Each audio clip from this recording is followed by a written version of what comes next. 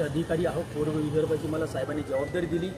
आणि दुसरं की माझं राहणं मनीषनगरला आहे आणि माननीय मुख्यमंत्री देवेंद्रजी फडणवीस साहेब यांच्या मतदारसंघात एक 18 परिवार जे पडाव फैल चीज भवनमध्ये राहतात.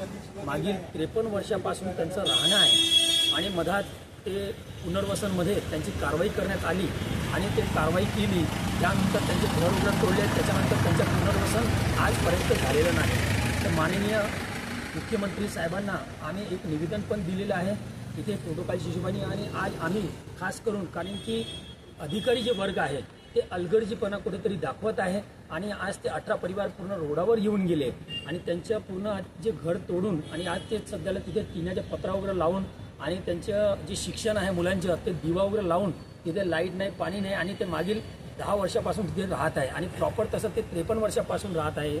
तरी त्यांना न्याय भेटत नाही. तर आज आम्ही काल आलो होतो माननीय विभागीय आयुक्त बिंद्री मॅडमकडे. मॅडमने स्वतः आम्हाला वेळ दिला होता आणि आज ते निवेदन दिलं आम्ही आणि मॅडमने सांगितलं की मी लगेच कलेक्टर साहेबांना आदेश देते म्हणे ते योग्य कारवाई करून आणि यांना पुनर्वसन करावा. आणि माननीय जिल्हाधिकारी साहेबांकडे जेव्हा आम्ही दुर्गाताई कोसारे यांच्या पडाव फैल चीज भवन पुनर्वसन संघ समितीचे अध्यक्ष आहे. आज सर्व त्यांचे सदस्य बॉडी इथे आलेली आहे आणि मॅडमला त्यांनी बोललं तर मॅडम बोलले की जेव्हा कलेक्टर साहेबांना ते बोलले कलेक्टर साहेबांनी त्यांना बोललं की आम्ही फक्त 300 स्क्वेअर फूटची जागा देऊ. तर 300 स्क्वेअर फूटमध्ये काय होणार आहे? कमीत कमी जागा आहे सरकारी. तर यांना तिथे शिवणगाव पुनर्वसनमध्ये 1,000 स्क्वेअर फूटचा प्लॉट द्यायला पाहिजे. यासाठी आज आम्ही आलो आहे.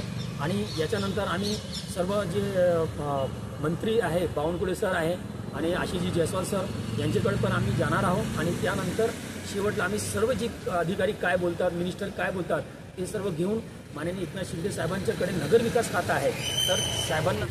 आणि आम्ही खूप म्हणजे इकडे तिकडे फिरून खूप थकलो आहोत. त्याच्यानंतर आम्ही आता विचार केला आहे की आमच्याकडे काही पर्याय नाही. त्याच्यानंतर आम्ही जे करणार आहे ते आम्ही सरळ उपोषण करणार.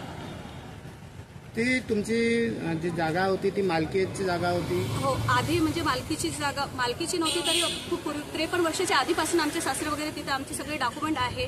आधार card, ration card, voting card, tax वगैरे सगळं आमच्याकडे. सिटी सर्वेचे पेपरसुद्धा आहे, सातबारासुद्धा आहे. एवढं सगळं असून फडणवीस साहेबांनी आम्हाला आश्वासन लेटरसुद्धा दिलं आहे की या लोकांना पुनर्वसन केल्याशिवाय हटवण्यात येणार नाही. त्यांची रेकॉर्डिंगसुद्धा आहे आमच्याकडे, लेटरसुद्धा आहे. सगळं असून सुद्धा तेव्हाही 2018 मध्ये सुद्धा फडणवीस साहेब मुख्यमंत्री होते आणि आत्ता पण आहे.